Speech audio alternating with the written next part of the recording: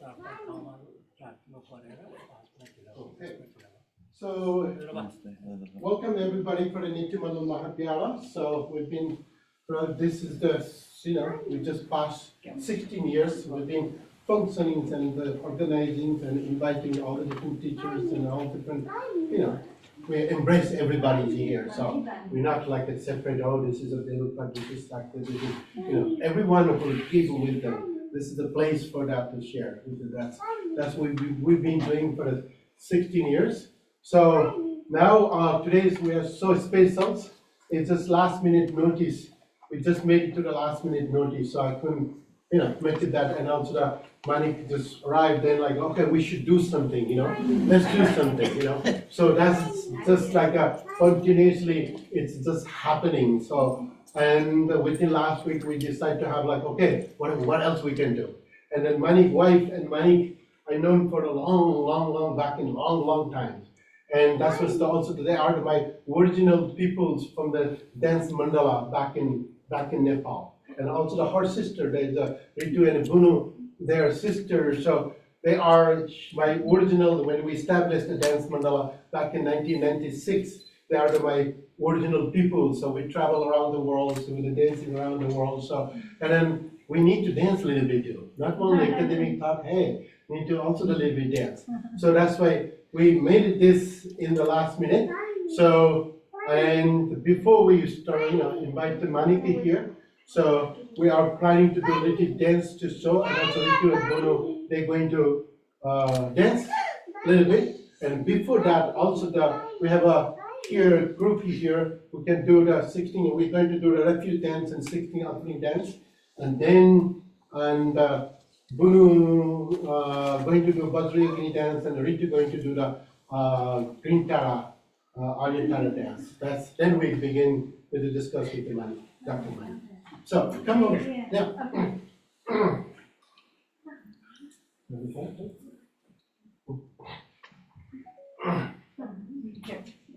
So, this is Ritu, this is Bunu, their sister. So, that's its way. Also, we have a Sangha in Hong Kong also joining there too. Oh. Come, make it up. You guys, you are the peoples. You are the peoples. Come on. You need it. These are for you. Yeah. Okay, we're going to take a repeat now.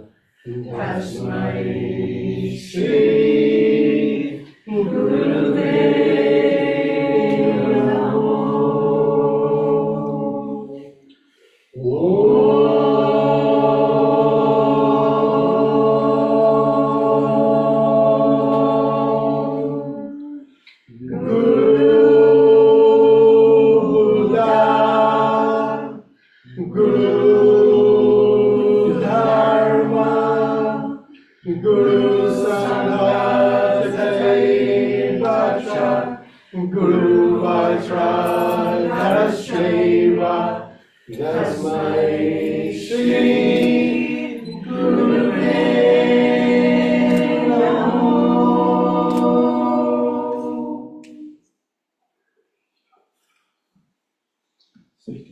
dance.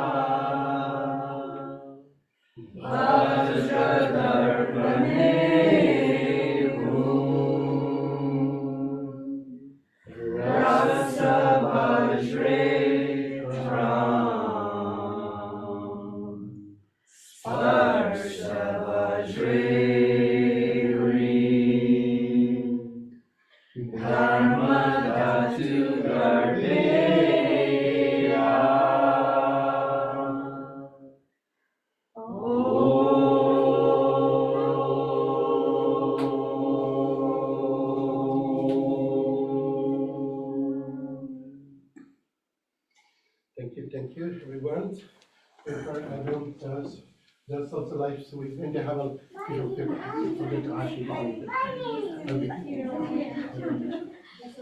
So just going to sing for us with the life. I forget to mention even, how we're going to make it. So just going to sing live singing. We have Anastasia, Corinne also the board of the Mandala Mahavira as well. So now we're going to do first Green Tara. So Green Tara is the most important deity in the Newa Buddhist tradition as well. Not only in Tibetan, they have temples everywhere with the Green Tara. Green Tara is cutting through without any kind of overcome obstacle. Even you recite the mantras with the Green Tara, it just go away. One of my students in Germany, they always talk about that when you're driving and looking for parking in the downtown, then you recite the mantras, you always get a parking. That's the powers of the Green Tara. So Green Tara used, so even like before the Sakyamuni Buddha even introduced to the Green Tara to anyone's it's a problem, anyone distract with the other part, anyone happening with the other thing. So Green Tara practice is make change. So Green Tara is the concern of the Amabu city on the other side, and also Green Tara is like the deepest practice of the Green Tara is. It's also the consider Bodhisattva. Sometimes like if you go to the secret part, it's become as the Dakini part too. So that's why Green Tara has been really important deities in our tradition. So she's going to perform the Green Tara, and just going to be sing live songs on the Green Tara. So, okay, upcoming then, they need a little tinshu. I'll get the tinshu. Okay. Okay, just Panchajira. And we can do this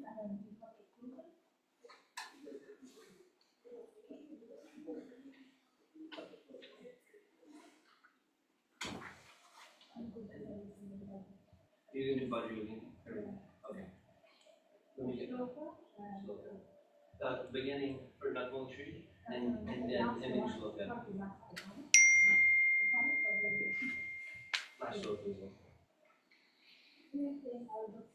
Okay, sure. Mama.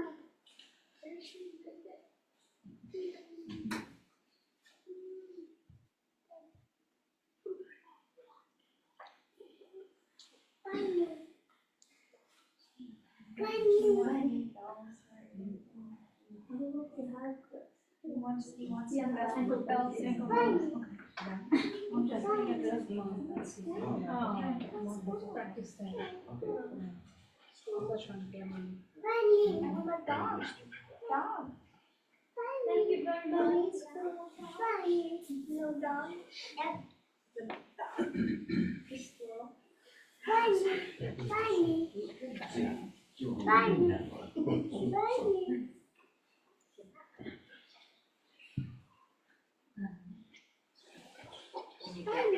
you very much.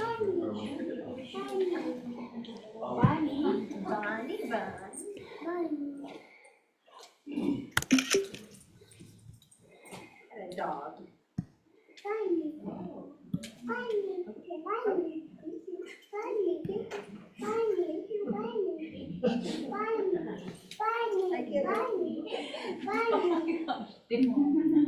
Bunny.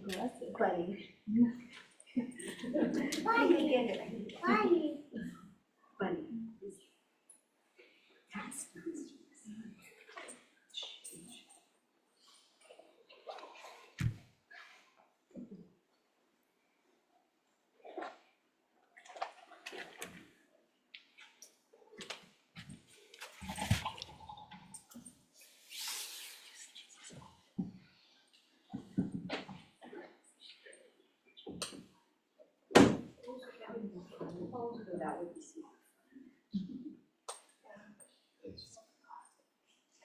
That's a very good idea. So this is just the informal way of, making it happen, because it's lots of work to just to check up, make up, and dress up, You need to come in a special day for that to do.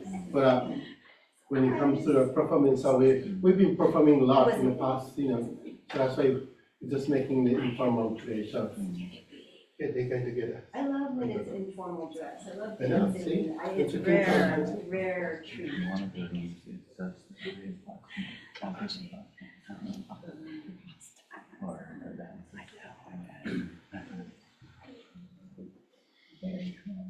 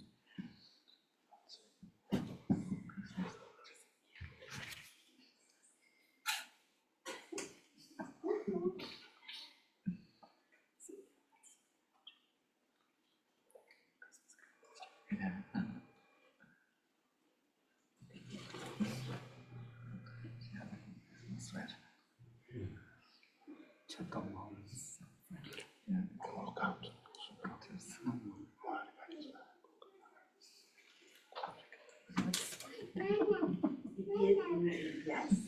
Yummy. Yeah. She's pretty. She has a long body. Peaceful like that. That's all. That's all we do. Just stay focused, okay? We are seeing you.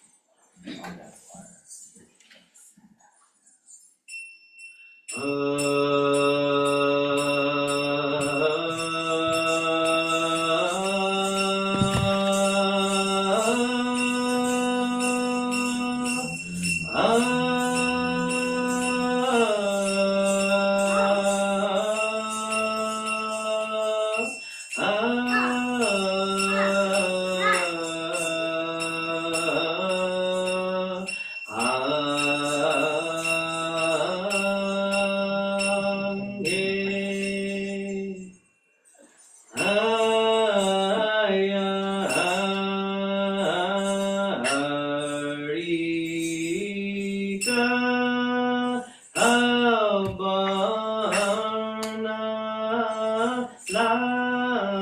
Lalita Sana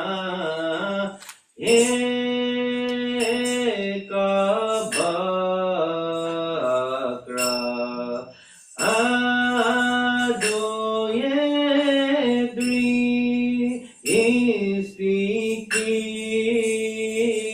Istikiri Itarana Mani Mandi Ita Anama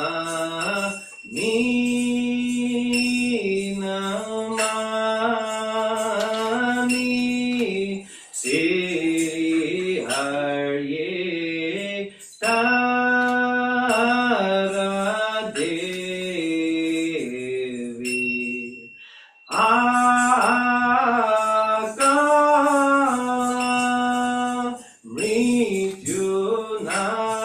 Mrityunashta Ani Tribu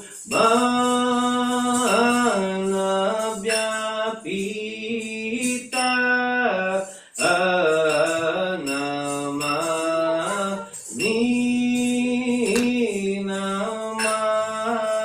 Ninamami Sri Harye Tara Devi Aya Dhanina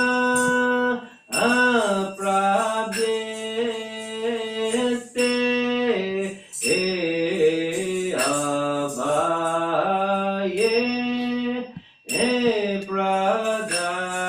Pradata Abhama Abujeni Ilopala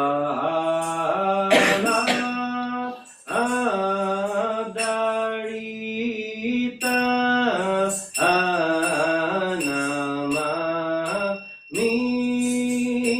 Ninama Ami Sri Arje Tara Devi Aya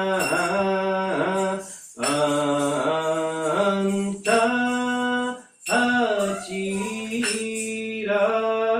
Achirabha Astra Suje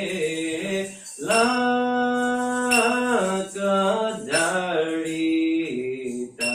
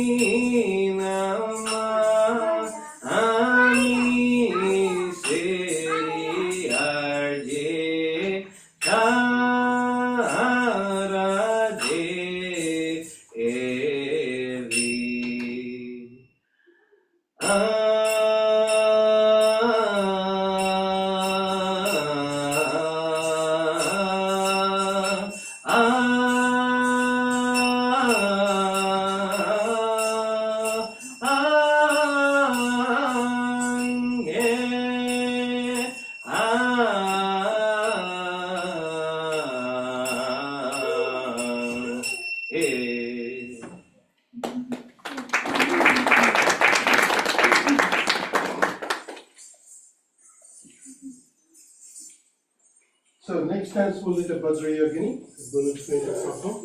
Bunu, present day, she lives in Sacramento, California. And so Vajrayogini is one of the newer atoms or atoms, in the newer Buddhist tradition. So, and Mandala, Nepal Valley was created by the Dr Mandala. And the one is one of the earliest day that Vajrayogini show up in Nepal and initiating power, empowering, and then giving the secret wisdoms. That is about the Vajrayogini. So Vajrayogini have a secret tradition. Also on the top of that, Vajrayogini also is like a how to, what do you call that? How to take out, normally like a Vajrayogini is like a raga-dvesa moha, cut through with the raga-dvesa moha. Raga means the desire, the dvesa means anger, and the moha is the ignorance. So that's the three things always eating each other because we don't keep away. So Vajrayogini is the one who cut through that part. And beside that, also Vajrayogini always, free from the natures. That was considered that it's in red colors. It's in the powerful. She have a bone ornament. It's considered that the inner aspect, inner way of understanding the people mind. That is also considered. That's why Vajrayogini is really powerful in our tradition. So yes, Bunu is going to perform the Vajrayogini.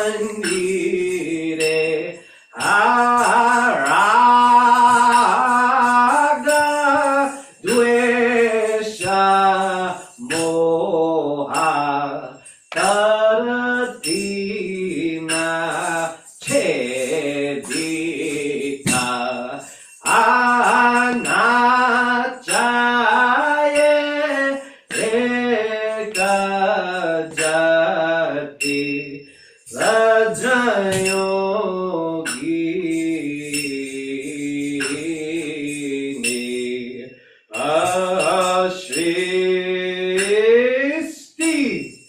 Samhara Devi Taruni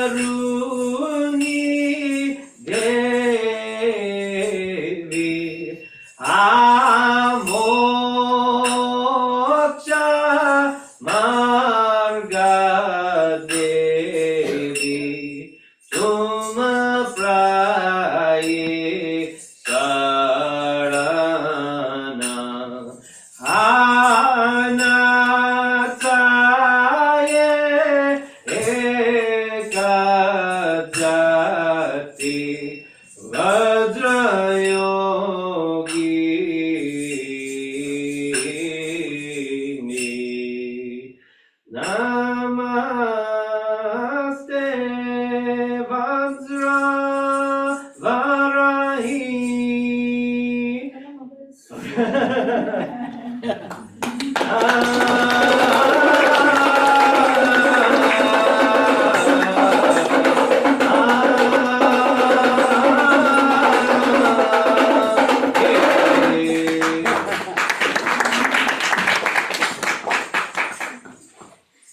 Thank you, just set up, and Ritu and Bunu. It's great. Yeah. So, here.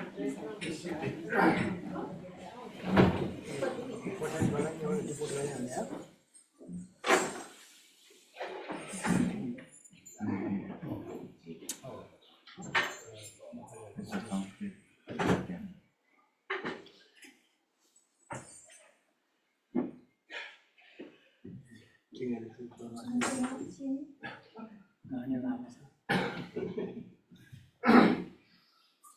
So, we're just taking informal everything, so today, so that's great, we'll just enjoy.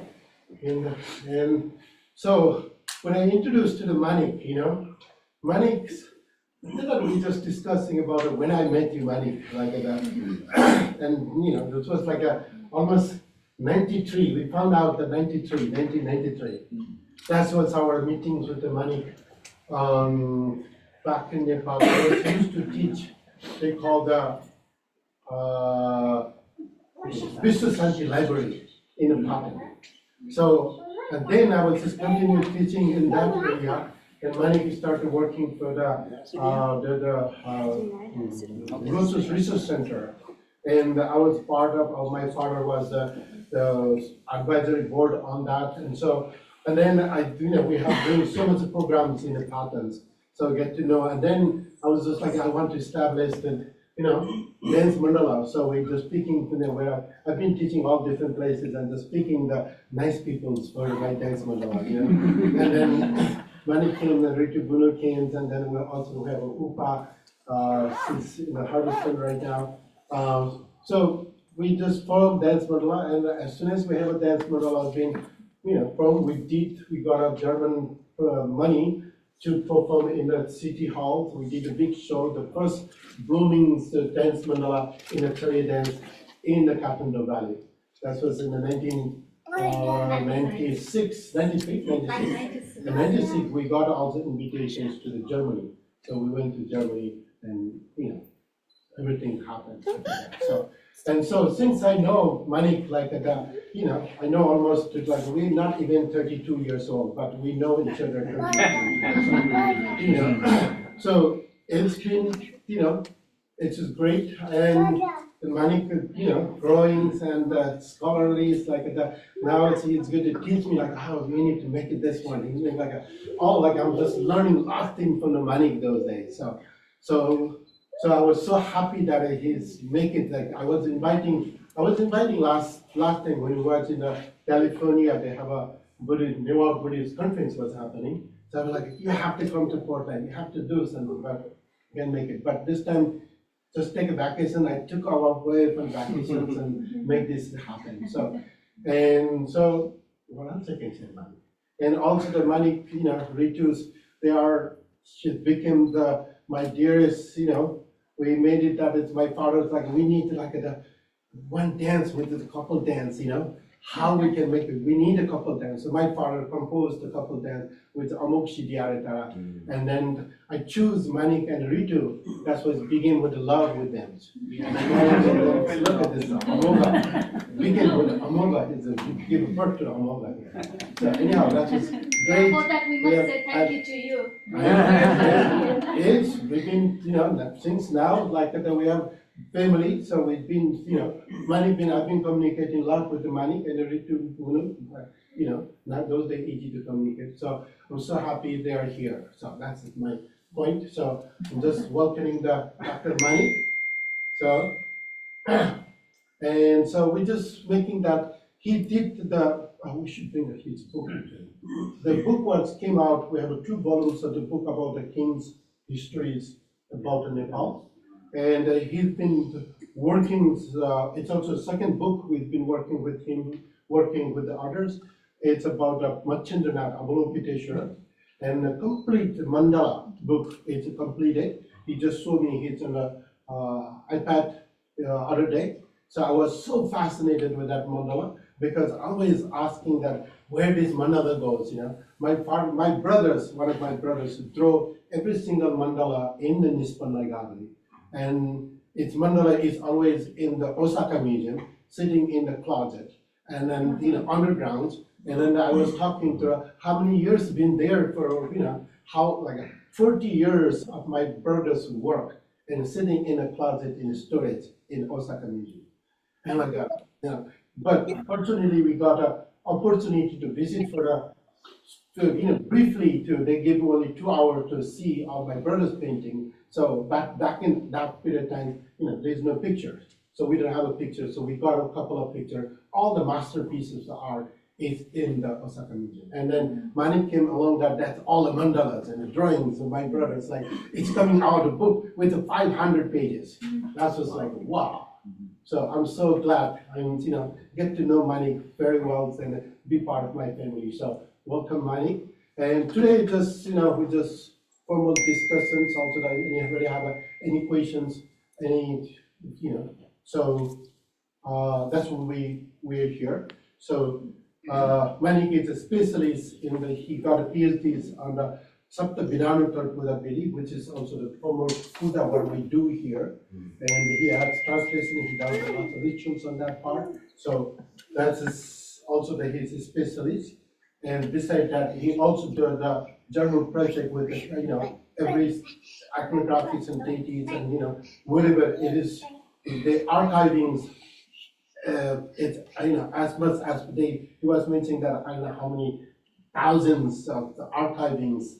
So everybody able to see that his work in there's a university they're making this. So you can study more. And then he was also showing me that when the Machendranath, every vihara is like how the vihara being made and what is the every little details on the how they make it that what's called the chariot. Back in Nepal, the big chariot of Avalokiteshwara, every little piece by piece, if you need to study that and meaning and behind there. So that's what he's also working. So, there's not enough to, all night, all day. I explain to him it's not enough. He has done so much work, so I appreciate it. And then welcome to the Manik.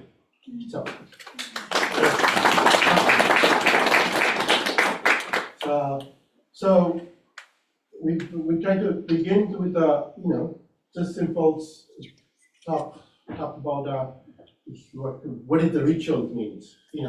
Why is the important of the rituals? So this because he's a specialist on those rituals. So no, you are better. I don't know. I'm just talker. Yeah, for my PhD, I studied this ritual called Saptavida Anuttara Puja, Saptavida Anuttara Puja. It can be translated as the sevenfold supreme worship. Yeah? This includes Bandhana, Pujana, Deshana, Anumodana, Adeshana, Yachana. So this is the idea of Anuttara Puja, the supreme worship, is actually very old. We find a Sanskrit text which has disappeared, but there's a Chinese translation exists that was translated in the 1st century by a Pandit called Loka Sharma. And in that text already the Anantara Puja was described. So I think all of you know Bodhicharya Avatar. Bodhicharya Avatar is mostly about the sevenfold worship. It begins with Vandana, the paying homage to the Buddha, Dharma and Sangha, the Buddha, his teachings and his community. Pujana is doing worshipping the Buddha, Dharma, Sangha with either with materials or non-materials. It's called upachara or anupachara. You can worship a deity. You can offer things mentally, or you can offer things physically. Deshana is where you confess your sins that you might have committed knowingly or unknowingly. Yachana is then once you have confessed, then you ask your guru, in this case the Buddha, to teach you the Dharma, Yachana. Then Anumodana is being laughing with others, being happy for others' happiness. Anumodana is quite important. It's in a way more important than compassion. Compassion is called karuna in Sanskrit. Actually, compassion may not be the real translation, a correct translation of karuna. Karuna actually means crying together. Yeah. When someone cries, you cry with him. Yeah, that's karuna. That is easier. But what is difficult is when somebody is happy, be happy with them. It's more difficult on more than. And the last one is Adeshana. In Adeshana, you request your Guru or Buddha to remain in the world forever or longer. So these are the seven called supreme worship. It's part of many Buddhist texts and it creates a kind of framework for several Buddhist rituals. Yeah, so that's kind of basic ritual frame that the Neva Buddhist ritual has. And also those rituals done in Nepal for any people need to be successful with the business and any problems or health problems, who's about to die or somebody about to die, anything, the ritual would be done in Nepal. So that ritual is a very profound ritual. Still currently in present day as well. So that's the part. That's just he did a PhD on that, and then within that rituals, they were Guru Mandalas. The main things about the Guru Mandala. Without Guru Mandala, there is not rituals. None of the ritual is be performed. So maybe you can say a little bit about the Guru Mandala also. So. I wrote an article back a long time ago on Guru Mandala. We have Guru Mandala from the Kathmandu Valley has 3 cities. All the 3 cities have bit variations in Guru Mandala worship. Guru Mandala is all the rituals also have grammar, and that's what we had a long project in Heidelberg University on the ritual grammar. The SFP, it was a long project under this SFP organization, and there we tried to understand what is the language of rituals. Every ritual tradition have languages, and just like in a sentence, you have subject, predicament, and object, right? Also, rituals have that. Rituals have pieces that when you join, it becomes as a whole ritual. Yeah. Guru Mandala is the beginning of every ritual. So it's a foundation of ritual. Yeah. What Guru Mandala is basically, it's a mandala of Vajrachasrya, the white deity Vajrachasrya is here.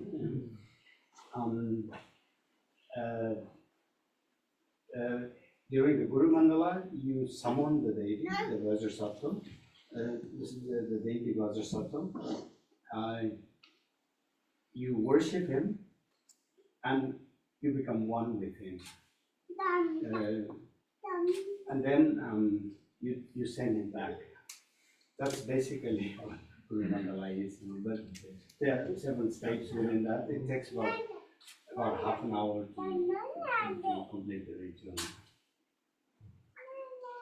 Yeah, so with there's like there's so many things in the you can learn how to be a perfect person, perfect human being. Even like we talked about even incense burning, why we burning the incense, and the particular text is to say that we chant for the incense chanted. And when you see that the translation part comes with that way, wow. First thing you offer the incense to invocation, basically, please guide me in my path. Not only that's someone just help me, guide me. Based on my capacity, based on my brain capacity, whatever it is possible, whatever you can fit in my brain, please help me to guide in my path. So that is the very powerful we asking for permission for the spirit to guide my path so I can be better person. That is about the incense offering. And then the flower offering you're not only in this part by yourself, there's the 2-legged and 4-legged and 8-legged and 16-legged who go in the ground, who grows up in the health, who goes day and night. You can see in that world how the beautiful world wish that this will be happening. So that is about the flower offering. And flower elements is we get the 5 elements ways it's air elements, when all sentient beings need an air element. So taking that and offering that way, thinking about all sentient beings, that's the powers. That's what's ritual is about the philosophy, ritual is about how to become a perfect persons. That's about the ritual. So in here every day we do that ritual. So the Guru Mandala looks like this. When you draw, it's a 2-dimensional drawing. This drawing is from Guru's brother, Guru's eldest brother. Yeah. And you see, it's a triangle. Yeah. Actually, I was talking to Gabe yesterday. What would be good to talk about is to talk about mandala, but at the same time to connect it to Mitya Eliada's theory of sacred and profane. Why, how this sacred space called mandala can be, compared with this idea of sacred profane, and how it works in the context of Neo-Buddhist practice. That probably we can talk. Or also, if the time permits, then we can talk about how a basic mandala is visualized. Many people talk about mandalas. We talk a lot about mandalas, the colorful mandalas, and so on. But then we miss to talk the basic things of mandala and how the mandala is visualized from the ground up. What is the basic characteristics of visualizing a mandala? That probably, if the time allows. So Guru Mandala looks like this. There is the triangle. The represented here is the mountain called Sumeru. It has three levels. The upper level, the middle level, and the lower level.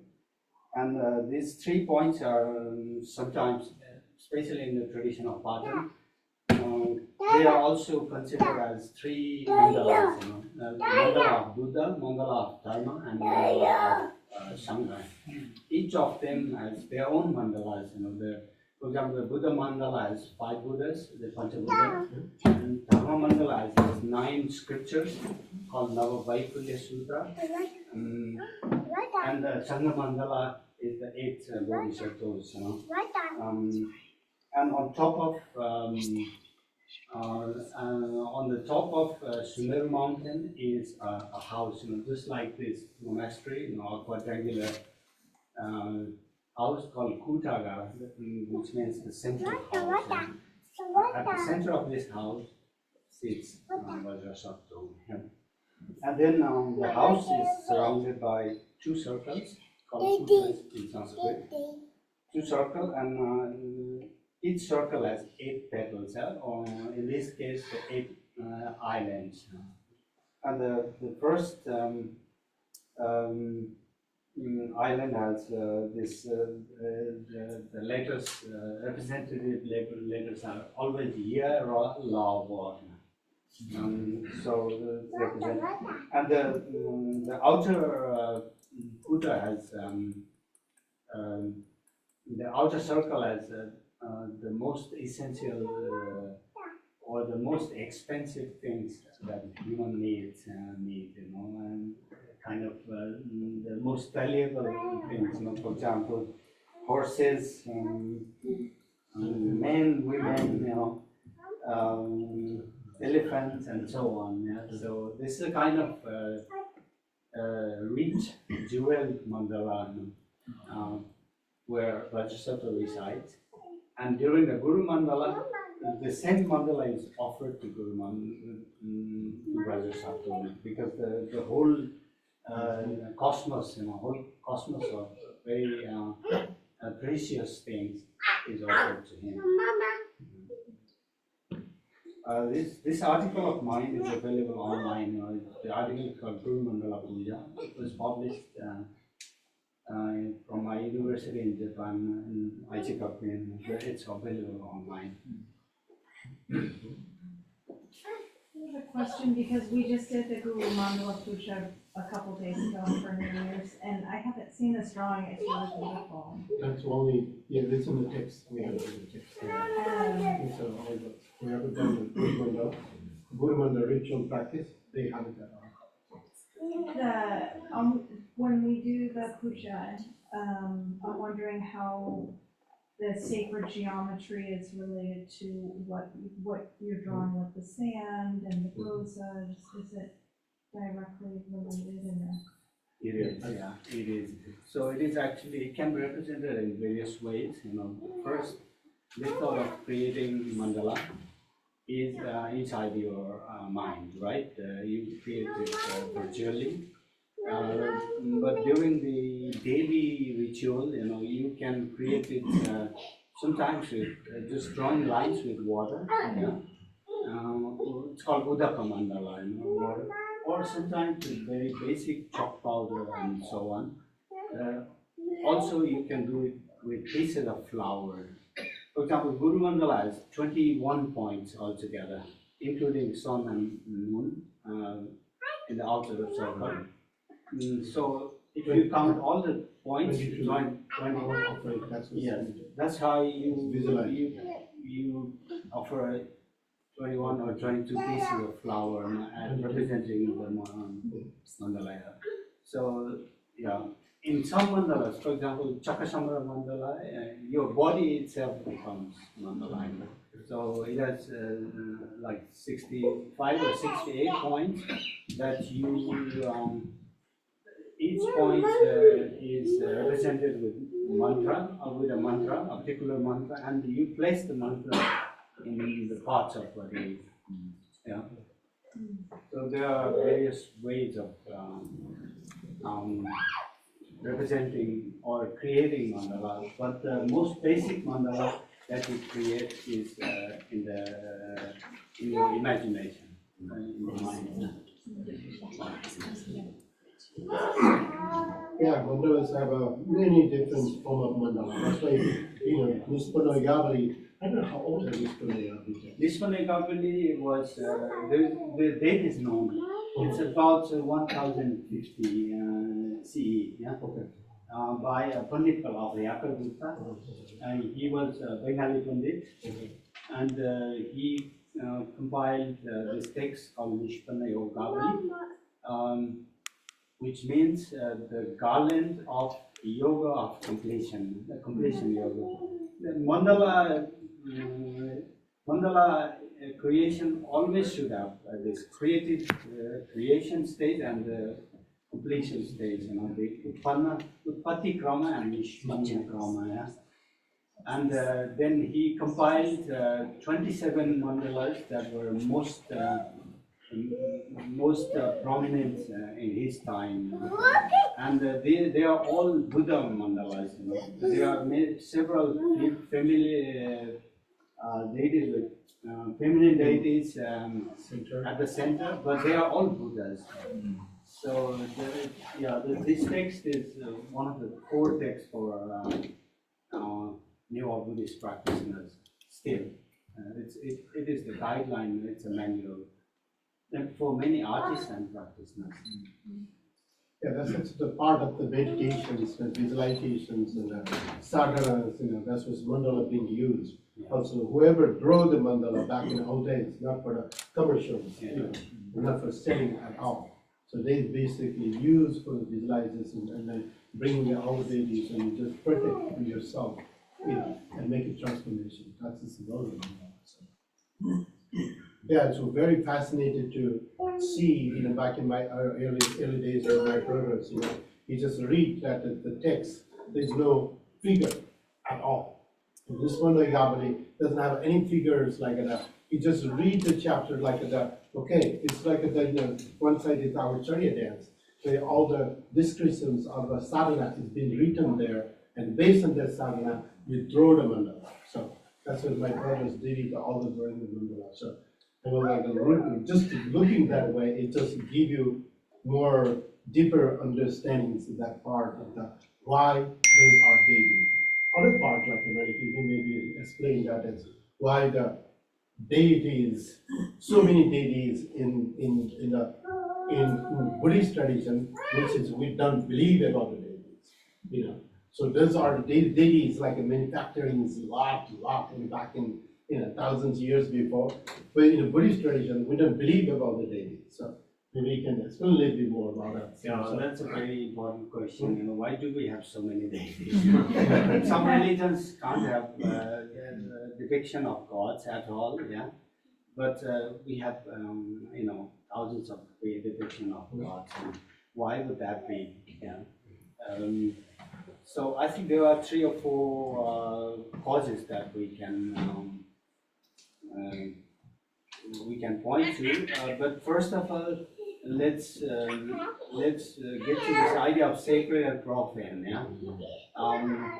So if we follow Eliade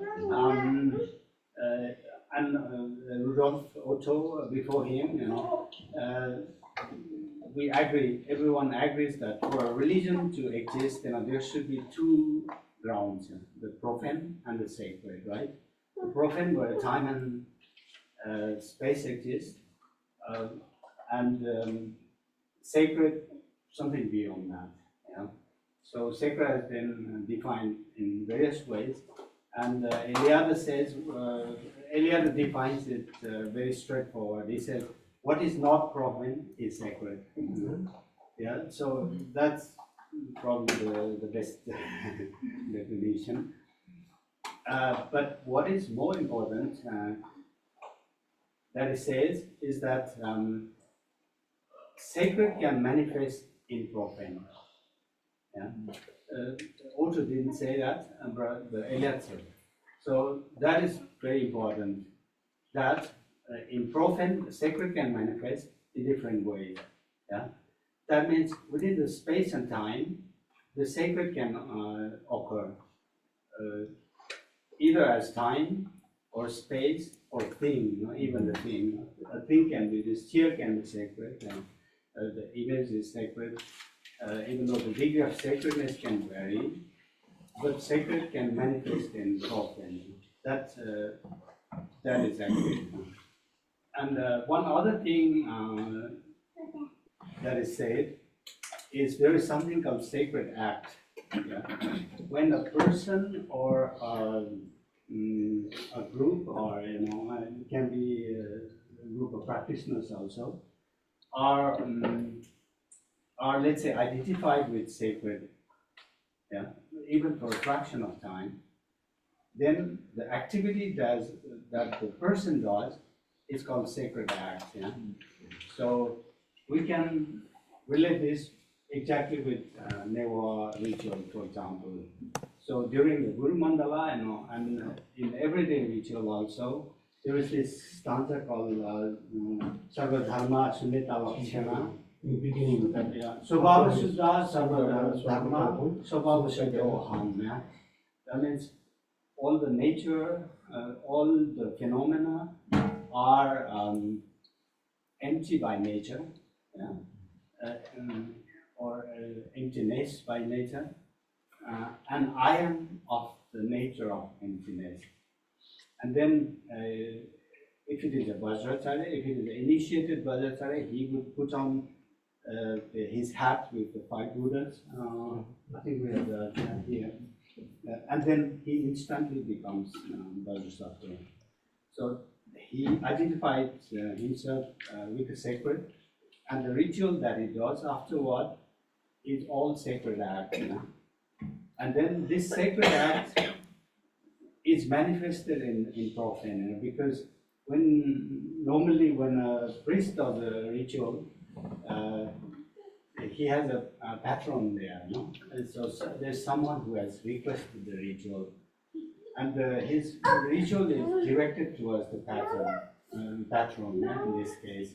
So in a way, the sacred manifests in the profane, even for a fraction of time. So I think this is exactly the reason why there are so many representations of gods now in our culture, because we all believe that the sacred can manifest in images. Yeah. So the images are really become sacred now, but through ritual, or it can be also through mythology, right? Through mythology, through stories, and so on. Even stones can become sacred. So I think with that belief, there are so many deities. also the other part, like wisdom teaching. Sometimes when you teach the wisdoms, it's hard to explain what is the, when they are like, hey, multiple arms, what the meanings of the multiple arms are. Hey, we are the human being, we're doing so much things, look at this, you can do lots of things. It is manifestations with many things you can do. Keep the mind, So they are the enlightened mind, which is, give you that way of teaching. And then also the multiple tools, like what to explain, like how to explain sometimes, like cutting through with the negative forces, cutting it like taking all the nectars and how to explain. So they show you the figures, the sacred figures. So this is. So that's why it's in the other part, like there's many different kind of brains, as a human being. So how you can make it that it's way, so connecting everybody. So that's, for me, like each deities have each different brain stromings, like a brain, bring that to different brains, so you can connect to some people like compassion, some people like a little bit strong, powerful, all different type of people we are here. So when they bring you that a deity, okay, this is make you this one, this make you cut through, like green taras, like a cutting path, Vajrayagni, okay, powerful, strong, Mahakalas, like gardens, like anything's come. So it's on the side, like the psychological building your spiritual path internally, you build so you can be confident, you can be powerful, you can be grounded, so you can focus more. That's why they're building those deities, like, okay, so you are secure when you practice, the deeper practice of your sadhana. So that's also the other part of building the deities there. And, and also the other part, like for me, It's like the, multiple crowns, like the snakes and the tigers and the, what do you call that, the skull garlands and the human face, like how you can explain that way, like how many different kind of brains working in a different way. So that's why they made it that at the face, head like at the head, many different kind of minds set up, and many different ways you can look at, many different ways you can see. So those are the symbolic way, that's a secret way, it means symbolic way. So teach the wisdom to the others in the general public. That's also the other part for me. I just would like to add to that. First of all, it is true that most of the deities are anthropomorphic. Yeah, they look like human. They have hands and legs, even though sometimes multiple hands and legs, eyes and a mouth and so on. And like you said, they are creative. They are built. They are built, and then they have how do you call it? So many opposite elements within. For example, Kurukula, she has an arrow ready to kill someone, but the arrow has flowers in it. So yeah, so I think it all shows the non-duality of phenomena and the nature of non-duality. And since everything is created, and at the end, if you do the creation and destruction of Mandala properly, everything is by nature empty, or nothing as intrinsically, so something called nature, no intrinsic nature. All are dependently originated or something like that. That's also the other part, like the data, basically in a Mahan and Vajrayana deities, they have also all different ornaments, and they like the ornaments, why they point it in a particular part, so they became a bodhisattva, or became a higher, if you want to became a bodhisattva, so you need to follow with the criteria, like the discipline, they call it, paramitas, like why we have a neck as ornament. This is all generosity, kindness, and love coming from here. It's not coming from there sometimes, it's just coming from here. So your compassion, kindness, and love, I'm here. So that's why if you look into the lots of deities, like you have 3 layers, not outer, inner, and secret also. So that doesn't take like oh, I have a beautiful ornaments, I have a gold ornament, diamond, and it's nothing, But in the present day, that's just also, they show lots of temples that are completely gold, gilded with the, that's just so that way, it is, gold is the powers of compassion state that can melting, can be rotten, can be, go anywhere. So that's the power, if you can make it that way, it make it change it. So that's also the other part, like earring, look at this Buddha, with a big giant earring, what is important, this life is so important, with be patient, everything based on what you hear, you get a compassion and kindness, because you hear that way. Someone say horrible thing is just like a, brain strumming is completely happening, completely different way. So when you have a patience, and that's what basically what you hear in the, currently, they also call a Swartamaya Pragya, a wisdom way of hearing, then it's changed in the pattern. So Bodhisattva path, like it is so many crazy things happening, especially in the Vajrayana tradition. You take all the craziness, like the skull, whatever you think about the craziness, grind it and eat it and drink it and make a manifestation can. So if you can take it, then you became a really bodhisattva. There's a horrible thing, crazy things happening, but if you're able to take it that, so that is also symbolic meanings that give. Those are the paramita with disciplines and effort, and those are all the 6 paramita. Is teaching tool as a tool. That's why it's the bodhisattva. That's what the statues and the deities that they show you that if you want to become like the deities, or if you want to become as the Bodhisattva, have that and make it that way and learn about this and make the transformation will happen. So that's also we call 6 paramita with the 6 ornament. That's his thought. You're right, the transgression is a part of Tantra. Yeah, it's a part of sometimes Tantra. you can have materials that is socially not so acceptable, but it makes the act faster also. Yeah, so it's part of the life is like so struggle, so crazy, so wow. When you think about each person's life, like wow, and Buddha is talk about we all are suffering. If you have money, you gotta suffer. If you get they usually say that like if you have a wife, if you have a husband, it's a problem. If you have a car, you have a problem. You have a house, you have a problem. You have a dog, the problem. Problem is always everywhere. So how we can, as a human being, how you can make a manifestation. So that's why it's the compassions, generosity, kindness, and the patience, and the effort, and make it that change. And once you have that fourth thing, make it that a change. If you have a patience, if you have a generosity, if you have an effort, if you have a discipline, if you have a patience, compassions, then a sila, the discipline, shanti, patience, and effort. And if you combine together, it's turning to the meditation. Meditation means conscious mind is starting working.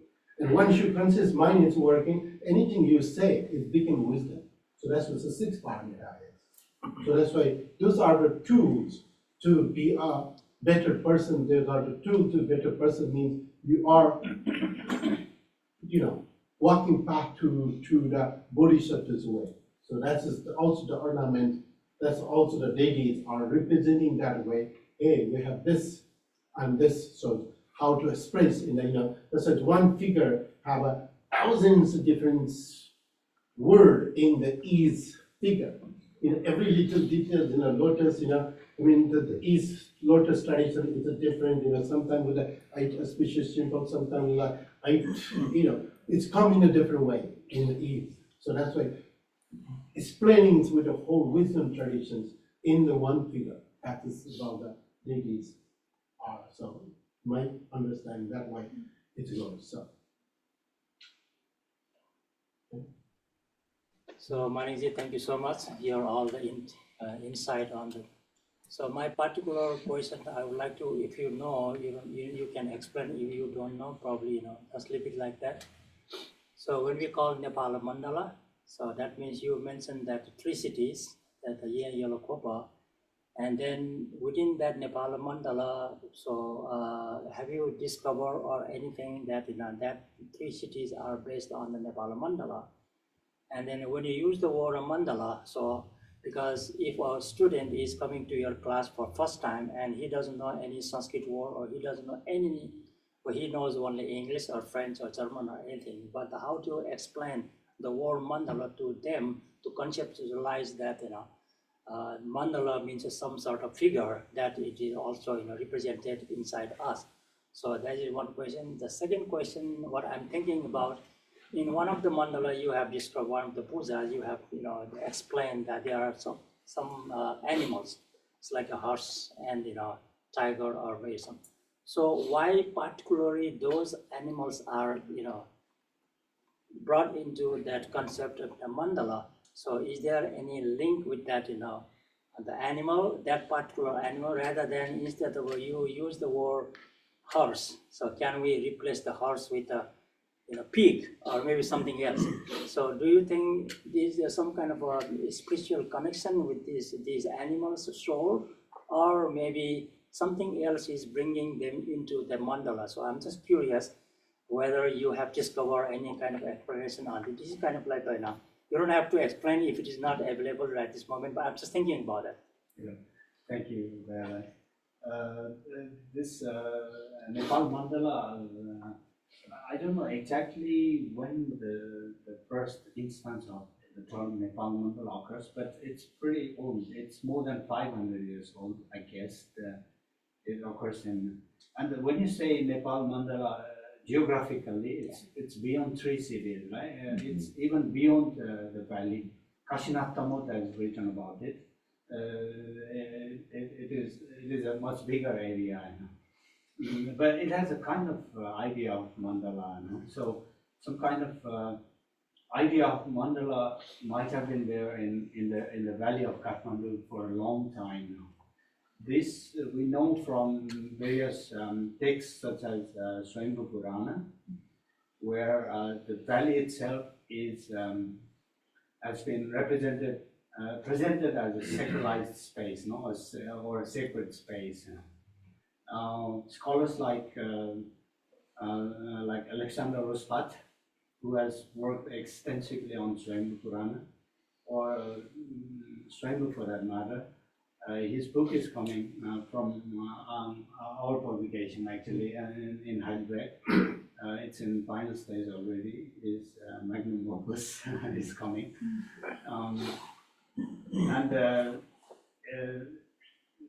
His idea, he and also some other scholars like William Douglas, is the idea that there was a need at one point where the Kathmandu Valley had to be defined or redefined as a sacred space, in particular sacred Buddhist space, because Buddhism was in danger in India and in many parts of South Asia, and Kathmandu was at one point left alone, where the Sanskritic Buddhist tradition was still alive, is still alive,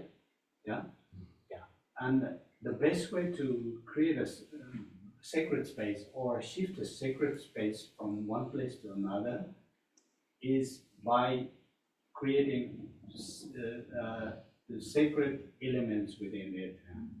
So, for example, the sacred elements that sacralize Kathmandu Valley, or Nepal Mandala, are, for instance, the yoginis, the dakinis, the surrounding the deity, protecting the deity, and thousands of chaitas that are the extension of the Swayambhu Chaita itself, the sacred objects everywhere, and the rivers, the tirthas in the rivers, the bathing points in the rivers, the sacred bathing points, such kind of things, and deities make a sacred place sacred.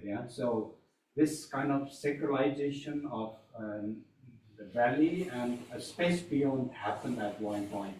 That's why I think the idea of Nepal Mandala makes sense, truly. This is also reflected in any big rituals that happens in the Kathmandu Valley.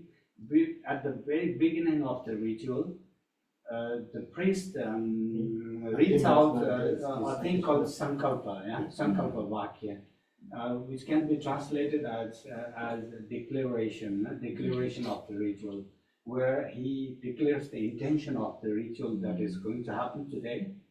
And in that, it starts with this idea of Nepal Mandala always. If you read the Sankalpa Vakya, the description of Nepal Mandala as a sacred space is always there. So that's the starting point.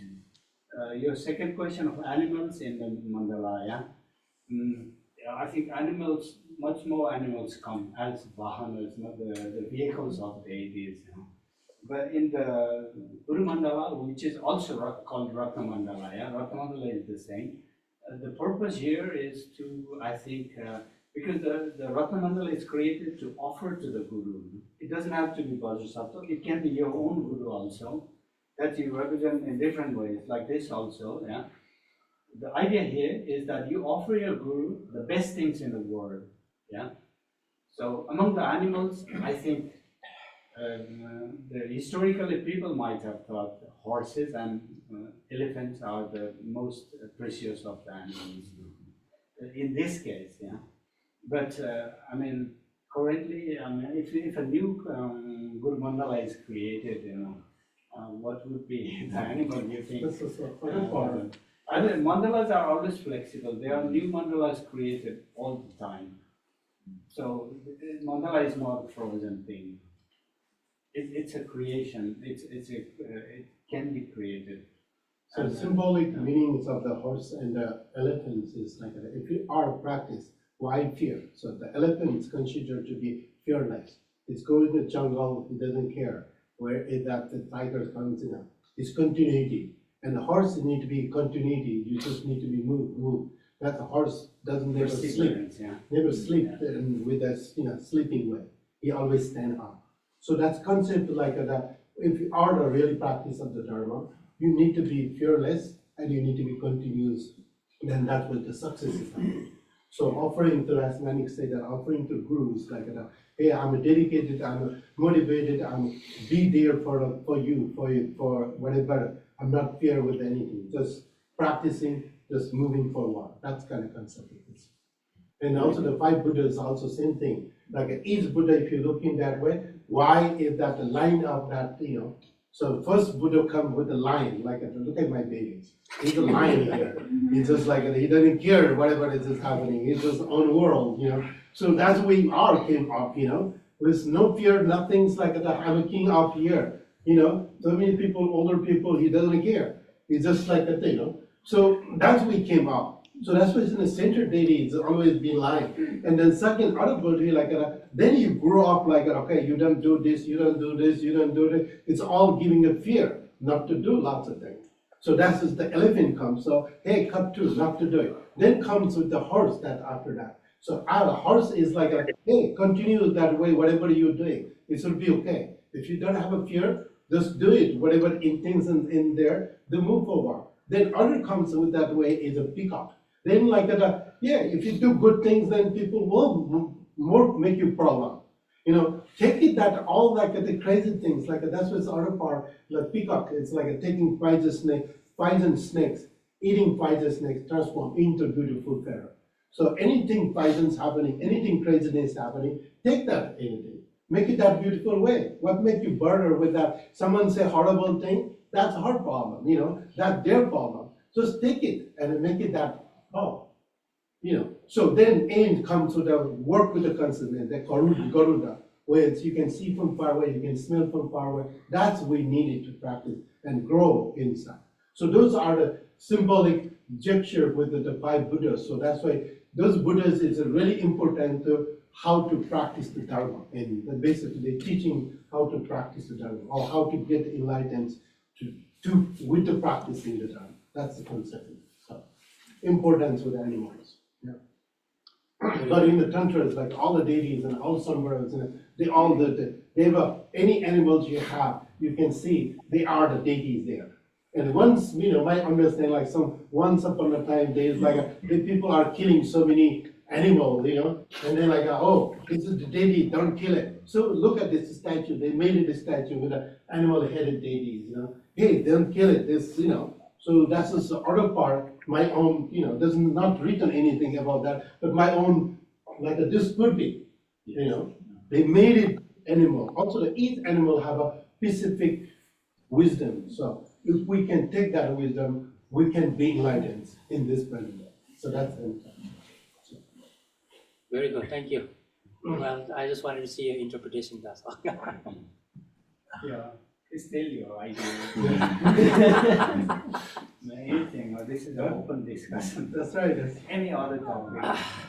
Yeah. Yes, I have a question. Oh, I'm sorry. No, go ahead. Take one. Go ahead. Yes, I have a question.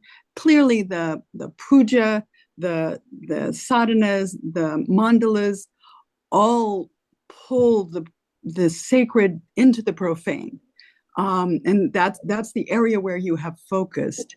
And my question is really, what has moved in your heart such that you wanted to dedicate your life to this, to bringing it to others, to making this manifest, to making it clearer, to making it more understandable?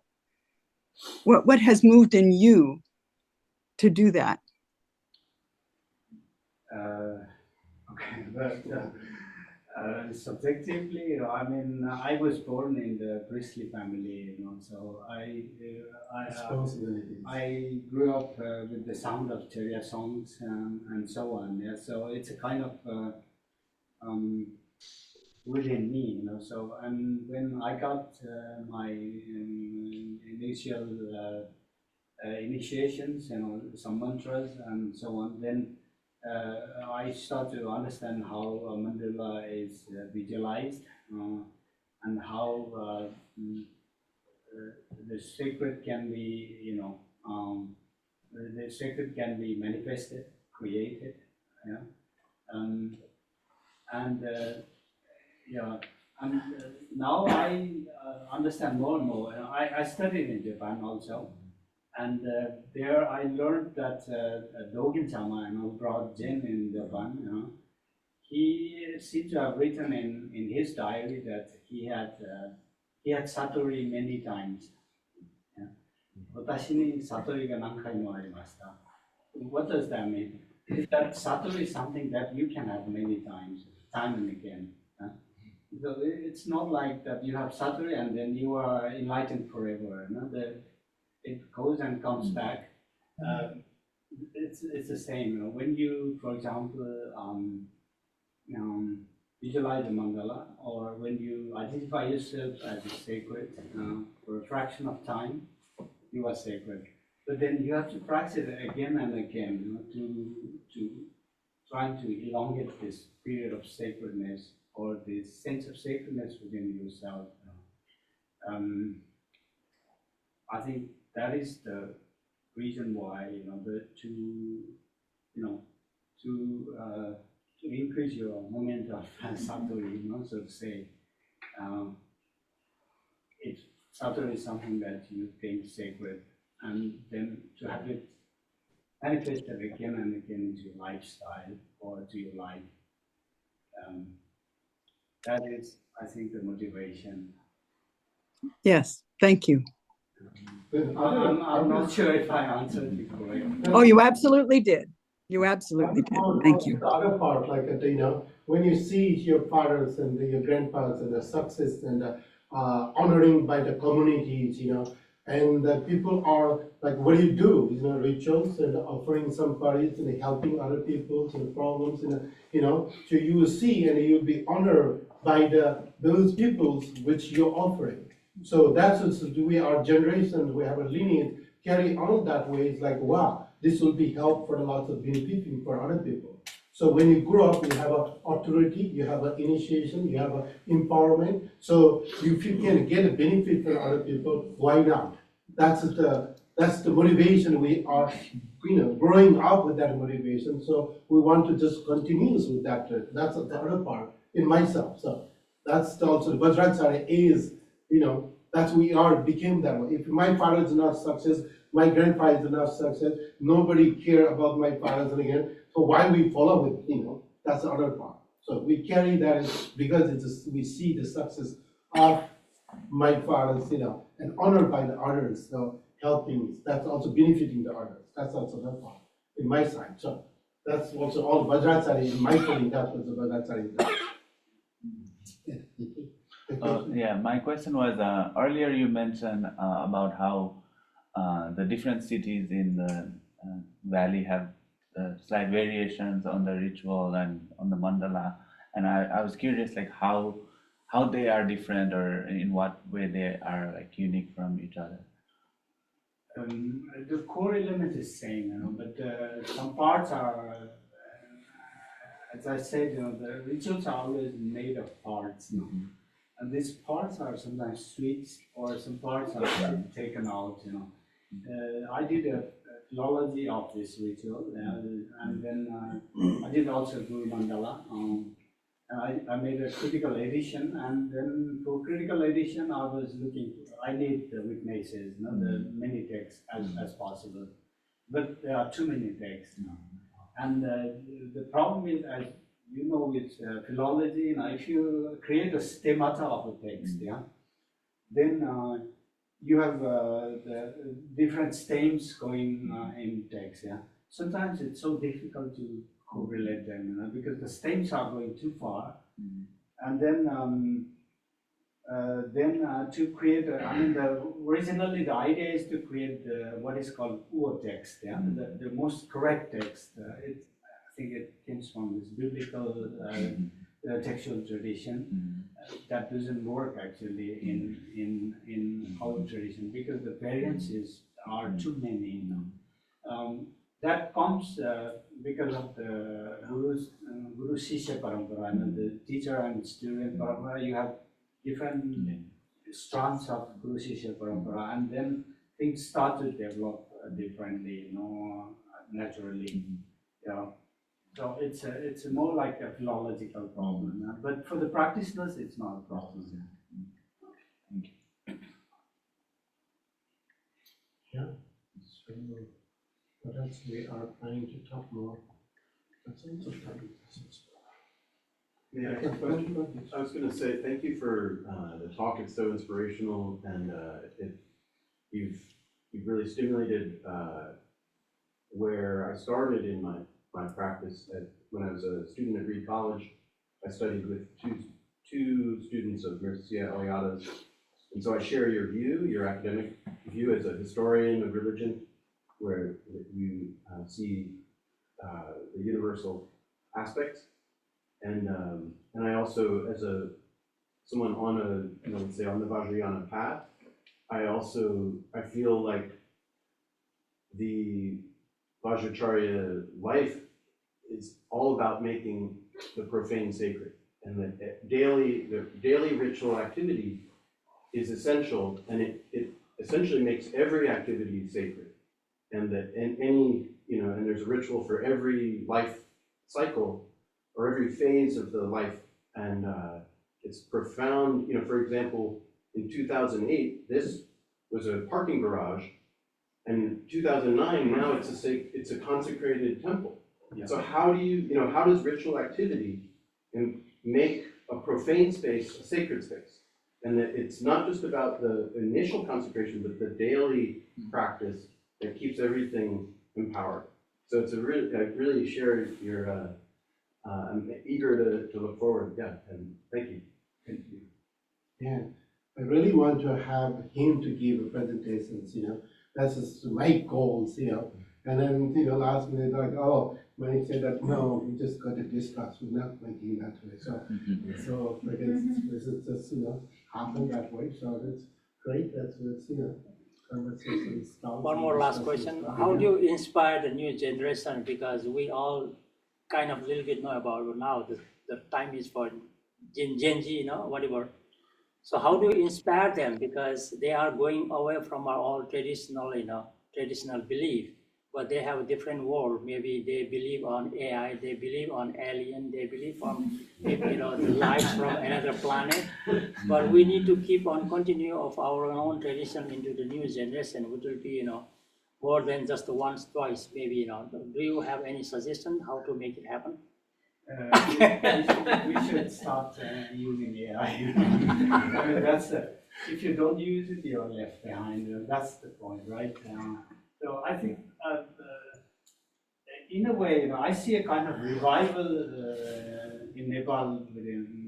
In Nepal, there is a kind of cultural revival these days, largely due to social media and so on.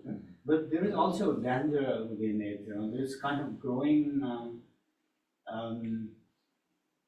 I don't know if we call it nationalism or regionalism. Everybody is proud of their own culture, and sometimes this is dangerous. Yeah, it becomes quite stagnant, and enmity can come a lot. But there is a kind of growing consciousness among youngsters about their own culture. I would say that. But what they need is the availability of materials. The problem with Vajrayana is that it has always been a secret, esoteric practice. This was necessary. Esotericism was necessary in the past because, especially in the context of Nepal, the state is always not pro-Buddhist. Yeah, it's clear. From the known history of Nepal, that starts from Lichavi period, around 2nd century CE. All the kings have been Hindus. So from a Buddhist point of view, the esotericism was a kind of way of survival, you know. So let's compare it with how Buddhism completely disappeared from India, and one should naturally ask why. You know, what are the reasons that Buddhism became zero in India? There are of course more than one reason for that, you know. But one of the reasons was that Buddhism was always a monastic tradition, right? Mainly monastic tradition. That means if you cut out monastery and the monks, Buddhism is gone. Whereas, for example, the traditional Hindu tradition is so much entrenched into the society that it was impossible to wipe out Hinduism. Yeah? So it's such a social system. So that's why the Buddhism in Nepal Mandala, many call it Nevar Buddhism, has that kind of social element in it. And the esotericism was one of the ways to do it. Now, if you, at one point, you know, it was necessary to keep it secret. But now, I think we need to bring it out, you know, make the material more and more available to the new generation. It is quite difficult to learn Vajrayana for a youngster. Yeah? There's not a gradual path where you can just follow, you know, like the Tibetan Buddhism has this Lamrim path, you know, that there is a starting point and there is a clear path, you know, how to continue in the path, path of Dharma.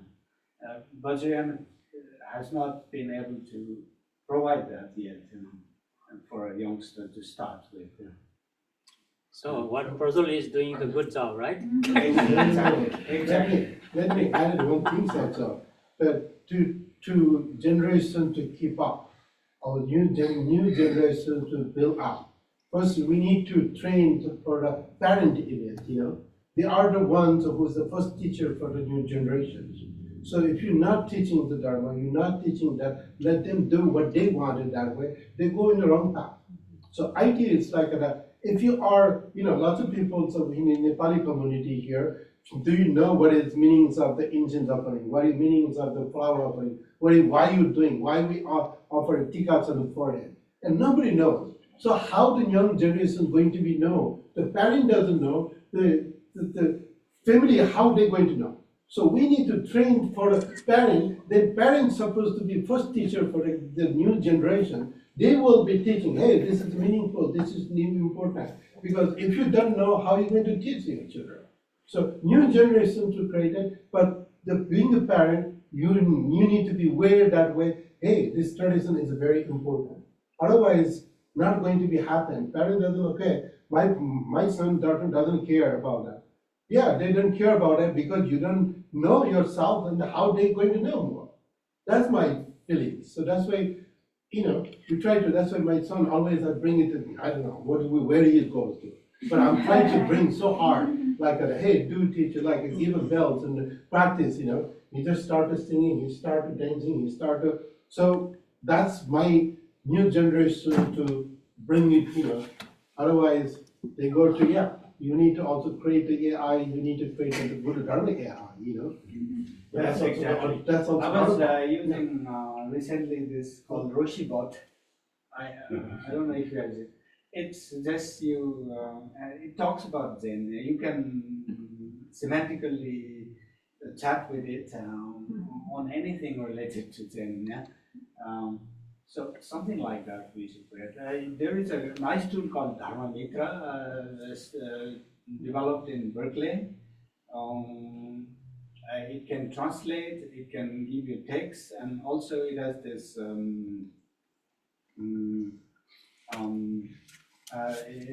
AI, how do you call this? AI generations.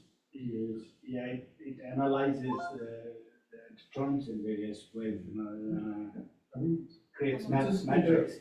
LLM. Yeah, there's a large language module behind it, and lots of Sanskrit and Tibetan texts are behind it. They have to create matricized the text, and so we should enhance that kind of thing. Technology is something that we should use. That technology is sometimes, when I see as a practice way, you are outer like that. You know all the information, you read it, you're gone. You don't need to hold it into the minds and the bodies and the speech. So it's always the outer. So those who develop the world, there's need to be practical, being a practice, Disciplines, you need to learn that discipline means this, that. Yeah, it's outer. You need to be practical. So that's what's practical. It is okay to have information there, but you need to practice. You need to train in the practice. That's about the practice, about the sadhana, about the meditation. Nobody can teach you do the meditation I have AI. No, there's no way AI can guide you for a meditation. Sadhana, you need to do it. So that's why those are the tools. It is okay, but we need to be, trained in a practical way. Once you have a practical, AI not coming to cook you. You need to cook and you need to chop out the cook. That's the part.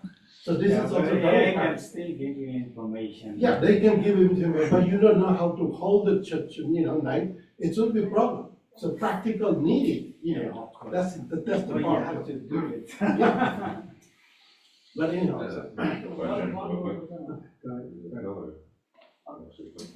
the university with which you are associated, I think there are a lot of things, a lot of projects to promote the Indology and other studies and cultures of other South Asian countries.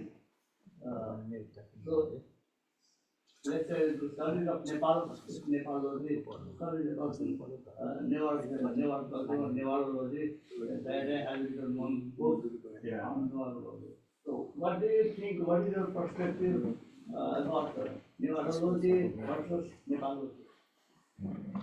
There's nothing called Nepalology so far. I'm not aware of that. But what is there is this Indology. Yeah? Indology doesn't mean India only. It's the study of Indic culture and languages and so on. Yeah. So to say Indian subcontinent. Yeah. So far, the Indology is the term used in what I see in European universities, when it comes to area studies, but the area studies is in trouble these days. The funding is getting less and less for area studies. The interest is shrinking. Positions are being cancelled, many. I don't know what is the situation in US. Maybe it's still better here. So in Europe, the area study is losing great. So since this new president came, the Endowment for Humanities used to support lots of studies in everywhere around the world, and then I was also part of that when I came over here. So from that, but now support for the study from the endowment, and that has been already on hold. So I don't think it will be continue for until this administration will But he doesn't realize. I'm not criticizing, but he doesn't realize how important it is, and for students to go out and study and bring it back the material. So this has been happening. So It's everywhere.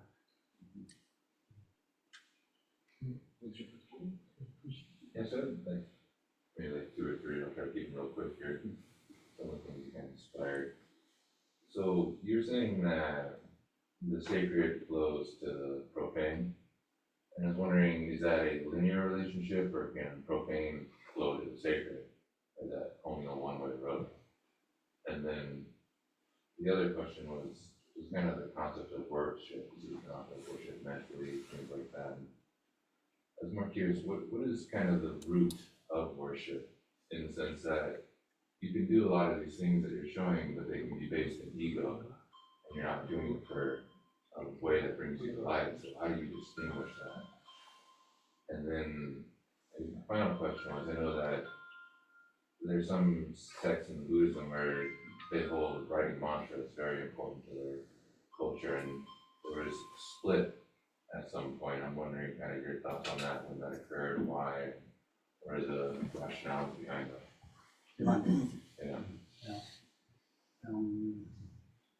The first was the flow of sacred. Yeah, okay, let's start with the first. Yeah, That's a very interesting question. I've never thought in that way. Where the flow can be the reverse also, that the profane. I mean, in a way, if a profane realizes the sacred, it's the profane who is realizing the sacred, yeah. So in a way, sacred is something that in the Buddhist context, sacred is something that's always there. That's part of you. This idea is called Tathagata Garbha. That the Tathagata, the enlightened being, is yourself, but it is somehow it is defiled. Yeah. So you just all you need is just to realize that it is there and to become one with it. But what is true is not all the sacred is that you want to realize. For example, among the deities, there are many wrathful deities. With whom, if you encounter, you will die. So there are many killing deities in the sacred realm. So it's not that all the sacred is absolutely need to be realized or manifested. But this profane manifested in sacred. I don't know how to think about it. Yeah. Let me think about it. But that's an interesting question. Thank you for that. Your second question was about how to distinguish the intention, the good and bad intention. The root of worship. Yeah. Yeah. I think the root of worship should be the root of good worship. Yeah, should be to realize that the nishpana is necessary, the completion stage is necessary. Yeah. For example, when you create a mandala, when you have invoked all the deities within the sacred space, the mandala is complete. Yeah, but that's not the end point. The worship is not finished. The worship is finished when you have returned them all, or when you have dissolved the worship itself. I think that should be the root of it. To understand that it's all your creation, and that you have destroyed it. Yeah. It's like when you create a mandala with the powder, and chalk powder. The monks created for months beautiful mandala. Yeah. Then they finish it in 1 minute, and then throw in later or whatever. Yeah. So the essence of worship in that case is destroying the mandala. No releasing attachment. Yes. Yeah. And regarding the mantra, I think he's the one to answer.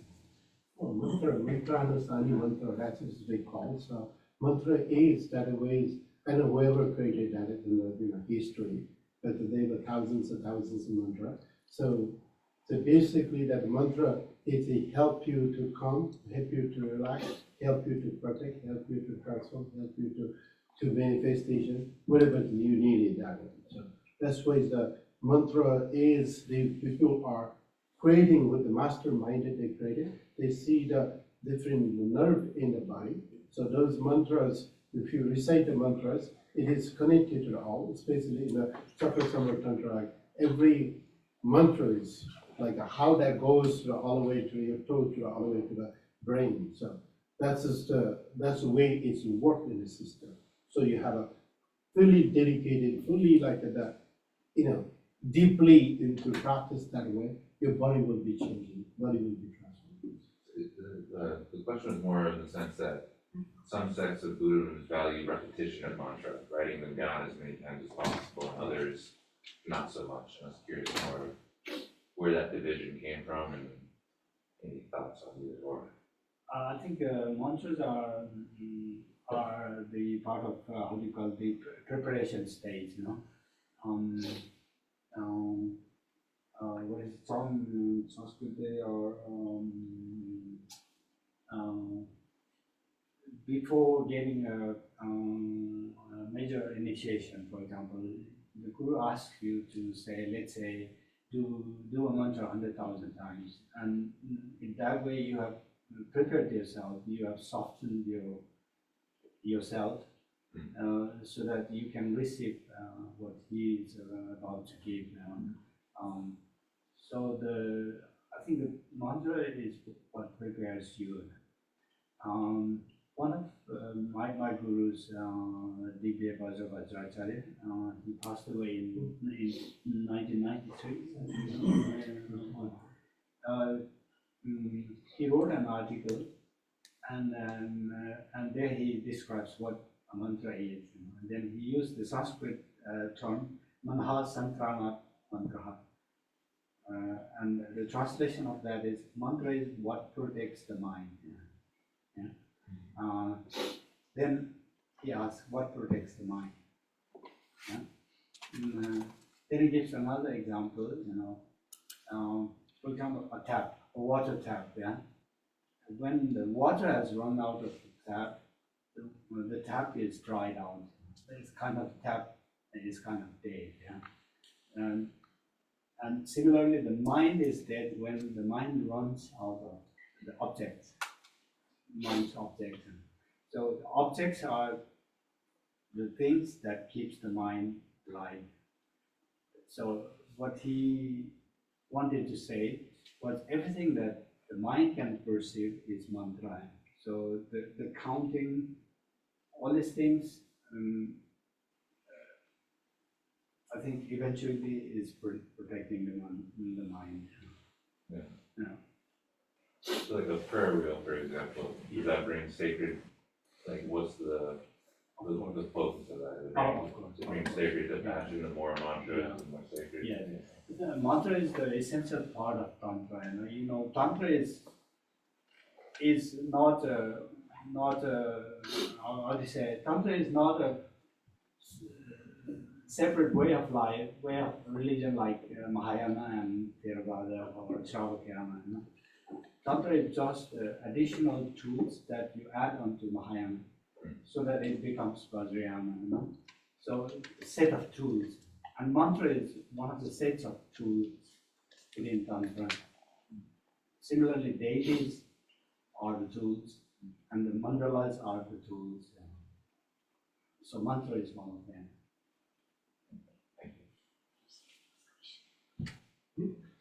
So regarding bringing out to the newer generation the old culture, because this was such a secretive, because Charya was such a secretive practice. My main question would be, what is the biggest difference in performing it as a ritual or rather than as a performance? Okay. Shall I answer that? Yeah. I mean, this is a very interesting question. Recently I was reading an article on this esoteric dances in Bali that become a big tourist attraction starting from 1980s. And the article analyzes what changes it brought to the actual inner practice, and how the outer practice also changed in view of the inner practice. The same thing is happening with Charya. Charya has been a secretive practice for a long time, more than 1,000 years now.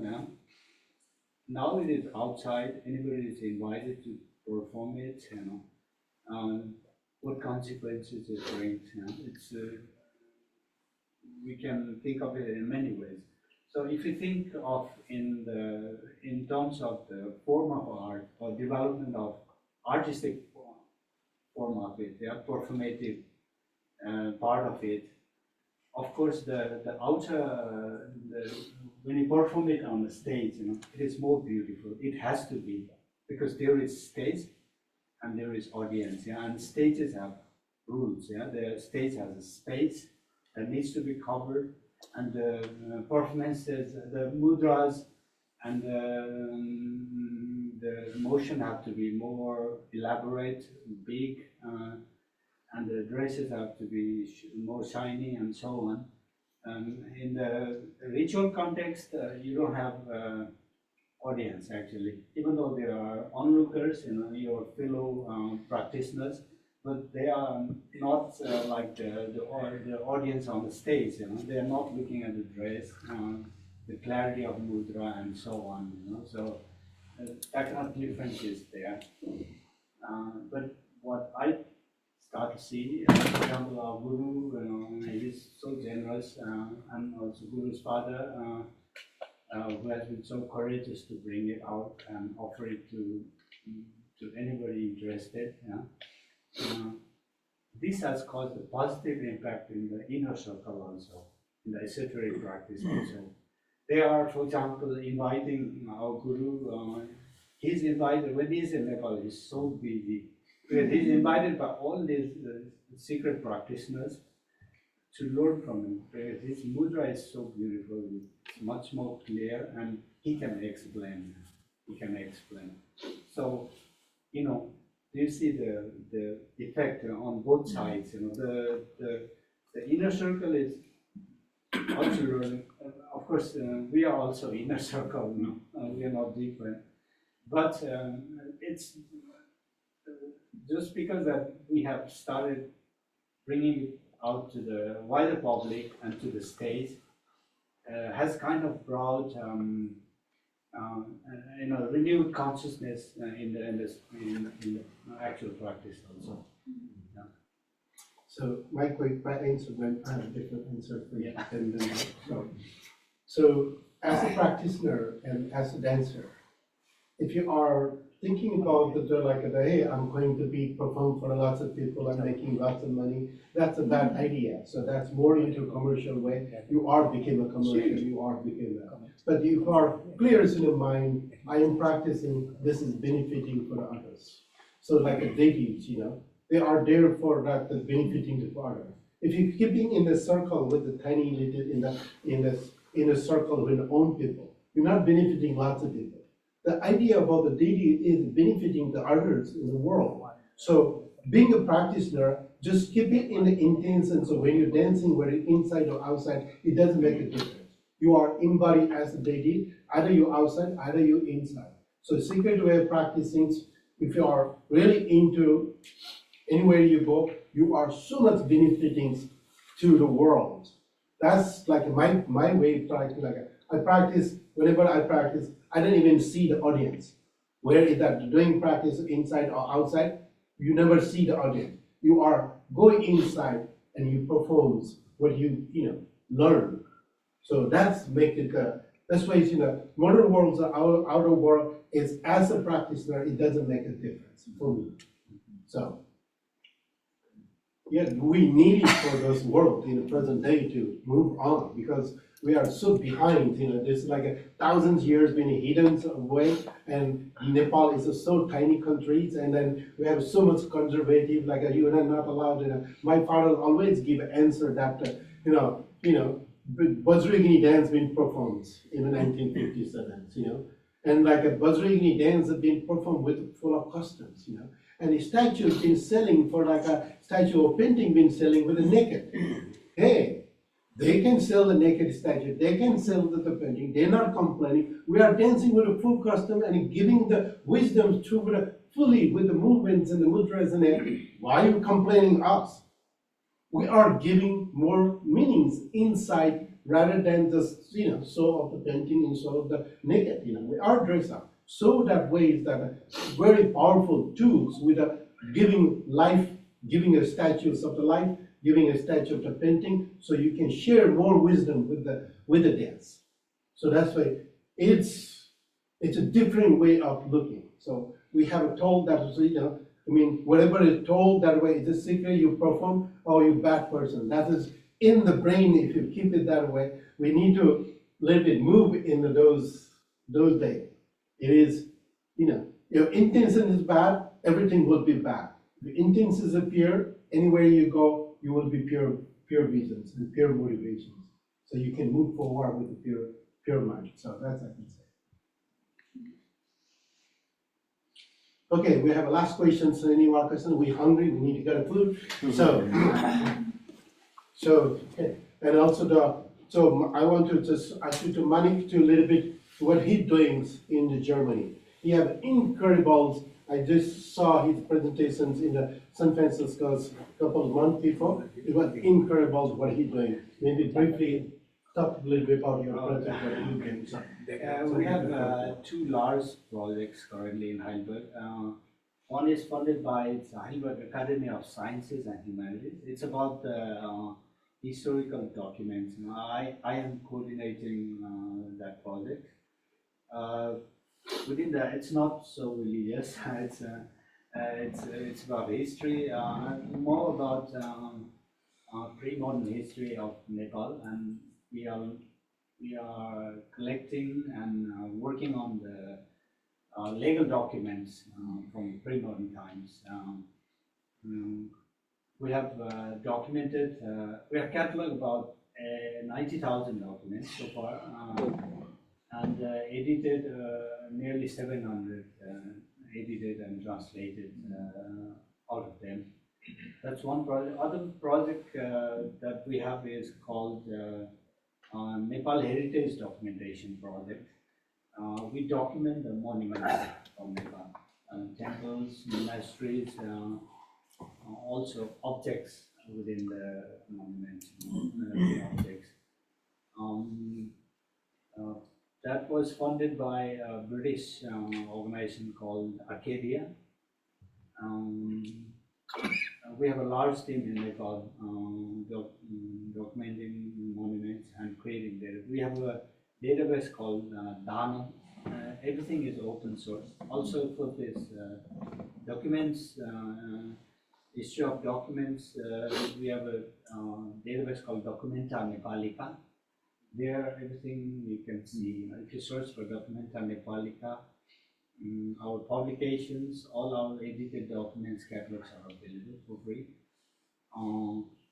For this documented monuments, you search for DANAM, D-A-N-A-M, or Nepal Heritage Documentation Project.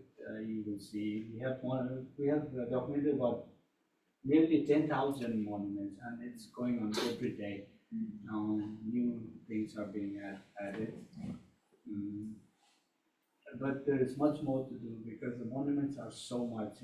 Currently we have done a bit of west of Nepal in this Surkhet area, and mostly in Kathmandu. It started with my city, and I come from Patan, so we started in Patan because that's where it is most easy to work with. But we have done Bhaktapur and Kathmandu also. But to cover all the monuments is obviously a big challenge now. So we will look for more funding, so that it can go longer, and it's also kind of preservation. We photograph very detailed in each monument, and yeah, that's I think a way of preservation. Some people are against it. We have to work with this Department of Archaeology in Nepal, and it was not easy. There were many obstacles. There still are. Yeah, that's what I'm currently doing. It's a bit far away from Buddhist studies. Originally, my field is Buddhist studies. I studied in Ichikakin University in Japan. Yeah, I love Buddhist studies, and I hope I can create something related to Buddhism, a kind of project where I can join with a team, and I can create a team. For example, I want to create a very detailed documentation of the Hawaiis of the valley. Some of you might know this book by John Locke. Buddhist monasteries of Nepal, published in 1980. So my dream is to build up on that, create a digital archive of Bahavahi, but in a much more elaborate way, with every inscription and documents included. I need a big team and a lot of money, but probably we are trying. I have some friends in Germany who are helping. Is Neil Kucho also involved with your project? No, Niels is even though I'm always meeting Niels.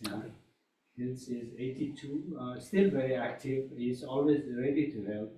Recently, his collection, his entire collection went to Heidelberg Library, which is a good thing actually. So it's public available now. But Niels is always there to help as an advisor.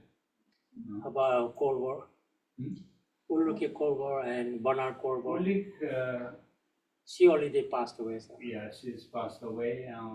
So Cold War is not finished. Finished, yeah. Yeah, if you can get all the pictures from the John Huntington.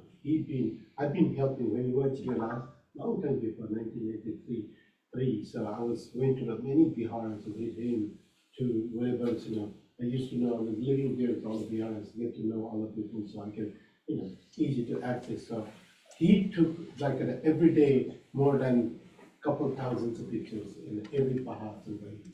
We have already lots in Dhanam from Hunting Archive.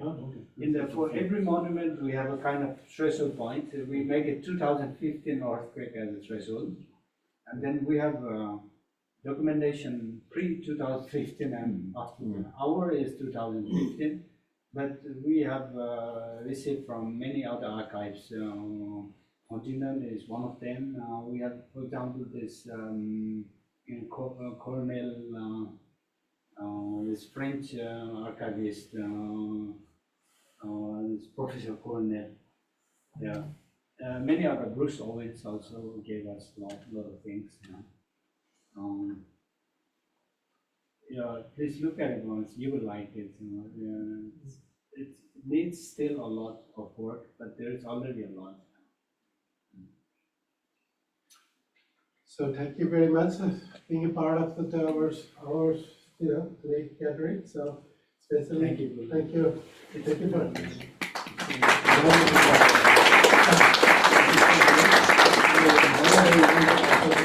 and also if possible we can take one picture with all the group pictures so or we can keep in our newsletter.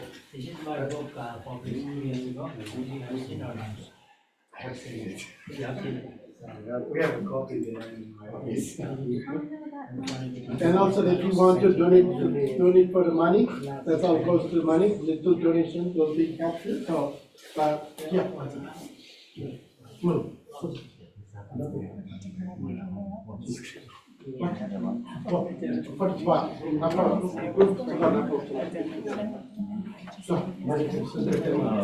Okay, we'll take a picture of that.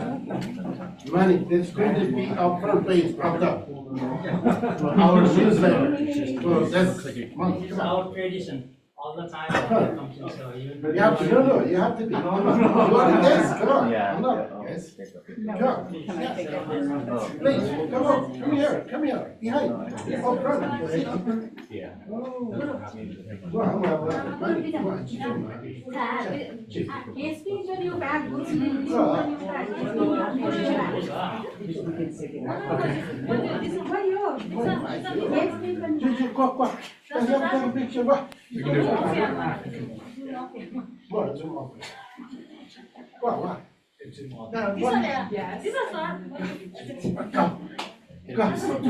Okay. No, put it there. You just put them out. Join. Come on. who is behind there? You don't need 3 people there. I know. We have a photographer here. Ramnay, join. Dr. Ravin sir. Our newsletter writer is here, Dr. Ravindra. Yeah. So he's going to write all the newsletter for all year long. Please. Come on. Look at this guy. Yeah. That's the Manik son. Yeah. He knows, he was 24 years, he speaks 7 Yeah, different languages, one. believe it or not. Wow. Two. Do you speak everybody? Yeah, I think. Come suka ni beri.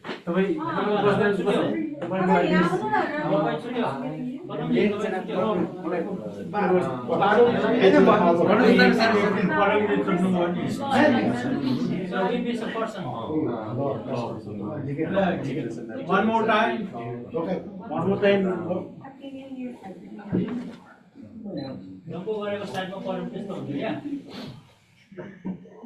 Okay.